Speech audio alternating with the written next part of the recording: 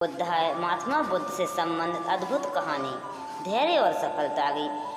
गुरु जी की प्यास और दो शिष्यों की कहानी। शिष्यों के साथ नगर भ्रमण करते हुए महात्मा बुद्ध जी की प्यास की कहानी एक अद्भुत उदाहरण है जो हमें शांत मन से काम करने की महत्वपूर्ण प्रेरणा देती है।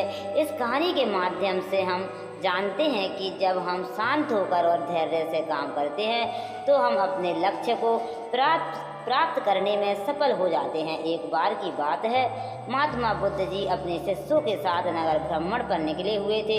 जब वह लोग काफ़ी दूर चलकर आ गए और गर्मी भी बहुत हो रही थी। गर्मी के कारण महात्मा बुद्ध जी को बहुत ज़ोर से प्यास लगी।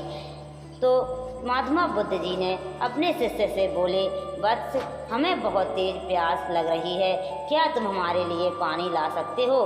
तभी शिष्य बोले, क्यों नहीं भगवान, आप वहाँ पर जाके पेड़ के नीचे बैठो, थोड़ा विश्राम कर ले, मैं अभी आपके लिए पानी लेकर आता हूँ। यह कहकर वह शिष्य पानी की खोज इधर उधर करने लगा, लेकिन उसे आसपास कहीं भी पानी का स्रोत नहीं दिखा। कुछ दूर पर उसे एक पानी का स्रोत दिखा।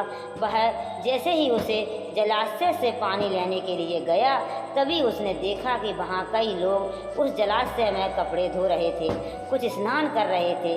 और फिर उसने देखा कि एक बैलगाड़ी स्वर उसे जलाशय को पार कर गया, जिससे कि जलाशय का पानी बहुत ही गंदा हो गया, क्योंकि उससे जलाशय की कीचड़ पानी में घुल गई और पानी मैला हो गया। तब उसने सोचा कि इतना गंदा पानी मैं गुरुजी के लिए कैसे ले जाऊं? इससे तो अच्छा है कि मैं खाली हाथ ही चला जाऊं। फिर उसने मन में सोचा कि गुरुजी पूछेंगे तो मैं क्या बोलूँगा। तब उसने कहा कि गुरुजी पूछेंगे तो मैं कह दूँगा कि गुरुजी, यहाँ तो दूर दूर तक कहीं भी कोई पानी का स्रोत नहीं है। फिर थोड़ी देर बाद भी वह शिष्य गुरुजी के समीप आया और फिर महात्मा जी ने उससे पूछा, बड़े प्रेम से पूछा कि बस ले आए पानी? तब उस शिष्य ने उत्तर में कहा कि गुरुजी, मुझे क्षमा करें, मैं पानी की तलाश में बहुत दूर दूर तक गया, लेकिन मुझे पानी कहीं भी नहीं मिला। महात्मा जी बोले कि कोई बात नहीं वत्स, तुम थक गए होगे, थोड़ा विश्राम कर लो। लेकिन गर्मी भी बहुत थी। फिर महात्मा जी प्यास से व्याकुल होने लगे। तब उनके दूसरे शिष्य ने कहा कि गुरुजी, मैं आपके लिए पानी लेकर आता हूँ। गुरुजी ने कहा, ठीक है। शिष्य बोला कि गुरुजी, तब तक आप उस पेड़ के नीचे थोड़ा विश्राम कर लेने। कहकर वह शिष्य पानी की खोज में निकल पड़ा। काफ़ी दूर पानी की खोज के बाद उसे वही जलाशय दिखा जहाँ पहले शिष्य पानी की खोज में गया था। तब उसने वहीं सब देखा जो कि पहले शिष्य ने देखा था कि लोग वहाँ कपड़े धो रहे थे, नहा रहे थे, जिससे कि पानी काफ़ी मैला हो गया था। फिर शिष्य कुछ सोचकर डर वहीं बैठा रहा, कुछ देर तक वहीं बैठा रहा और फिर वह पानी एक पात्र में लेकर गुरुजी के समीप आकर बोला कि यह लीजिए गुरुजी पानी। तब गुरुजी ने पानी पिया और फिर दूसरे शिष्य से पूछा कि वत्स, तुम तो कह रहे थे कि तुम्हें दूर दूर तक कहीं भी पानी नहीं दिखाई दिया, फिर यह मेरे लिए कहाँ से पानी ले आया? तब शिष्य ने उत्तर दिया कि मैं कहाँ कि गुरुजी, मुझे एक जलाशय मिला था, लेकिन वहाँ का पानी ही बहुत गंदा था।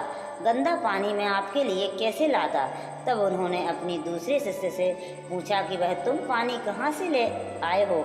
उत्तर में उस शिष्य ने कहा कि गुरुजी, इस जलाशय से पानी लाया हूँ।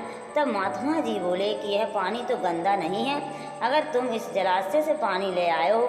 तब उत्तर में उस शिष्य ने कहा कि हाँ गुरुजी, क्योंकि जब सब वहाँ से कपड़े धोकर और स्नान करके चले गए, तब मैंने पानी की गंदगी नीचे बैठ जाने के बाद इंतज़ार किया और तब मैं फिर जब पानी साफ हो गया तब मैं उस पानी को भरकर लाया हूँ। महात्मा जी बोले कि शाबाश, बस अगर कोई भी काम शांत होकर किया जाता है तो वह काम जरूर ही सफल होता है।